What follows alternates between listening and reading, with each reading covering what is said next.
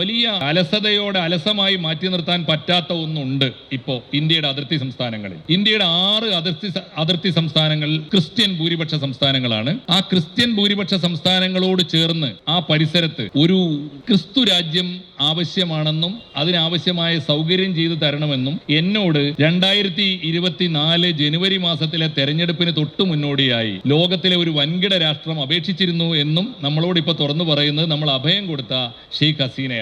എന്ന് പറഞ്ഞാൽ ഇന്ത്യയുടെ അതിർത്തി സംസ്ഥാനങ്ങളായ 5 ക്രിസ്ത്യൻ ഭൂരിപക്ഷ സംസ്ഥാനങ്ങളോട് ചേർന്ന് അവരെ കൂടി കണ്ടുകൊണ്ടാണോ എന്നറിയില്ല, ഒരു ക്രിസ്തു രാജ്യത്തിന് സ്പേസ് വേണമെന്ന് ആവശ്യപ്പെടുന്നത് തീർച്ചയായിട്ടും അമേരിക്ക ആയിരിക്കണം. അതിനവർ വഴങ്ങാത്തത് കൊണ്ടാണ് അവരെ അട്ടിമറിച്ചത്. അതിനെ തുടർന്നാണ് അമേരിക്കൻ പാവയായ മുഹമ്മദ് യൂനുസിനെ അവിടെ ചീഫ് അഡ്വൈസറാക്കി കൊണ്ടുവന്നത്. ശ്രീകാന്തിന്റെ ചോദ്യം അതുമായിട്ട് ബന്ധപ്പെട്ടതാണ്. പാകിസ്ഥാനിൽ വെറുതെ കലാപം ഉണ്ടാകുന്നില്ല, കലാപം ഉണ്ടാക്കുന്നതാണ്. കലാപത്തിൽ സാമ്രാജ്യത്വത്തിന് പങ്കുണ്ട്. ആരാണ് ബിൻ ലാദൻ എന്ന് ചോദിച്ചാൽ അമേരിക്കൻ താവളങ്ങളിൽ പരിശീലനം നേടി. അമേരിക്കക്ക് അന്ന് ഭൂമിയിൽ ഒരു ടാർഗറ്റ് ഉണ്ടായിരുന്നു, അത് സോവിയറ്റ് യൂണിയനാണ്. സോവിയറ്റ് യൂണിയനെ തകർക്കാൻ അമേരിക്കയിൽ പരിശീലനം കൊടുത്ത്, ആയുധം കൊടുത്ത്, ആളും അർത്ഥവും കൊടുത്ത് കാബൂളിലേക്ക് കയറ്റിവിട്ടതാണ്. അത് കഴിഞ്ഞിട്ട് ആ ടാർഗറ്റ് നേടിക്കഴിഞ്ഞപ്പോൾ ഇവര് അമ്മയുടെ തന്നെ നെഞ്ചത്തേക്ക് തിരിഞ്ഞു. അതാണ് ബിൻ ലാദന്റെ കേസ്. ബിൻ ലാദന്റെ ചരിത്രം ഞാൻ വിശദമായിട്ട് എഴുതിയിട്ടുണ്ട്. രണ്ടാമത്തെ കേസ് ഇപ്പോ മുഹമ്മദ് യൂനുസ് എങ്ങനെയുണ്ടായി? ബംഗ്ലാദേശ് നാഷണലിസ്റ്റ് പാർട്ടി ആരാണ്? ജമാഅത്തെ ഇസ്ലാമി. ജമാഅത്തെ ഇസ്ലാമി എന്ന പാർട്ടി ഇപ്പൊ ബംഗ്ലാദേശിൽ വലിയ കുഴപ്പം ഉണ്ടാക്കുന്നുണ്ട്.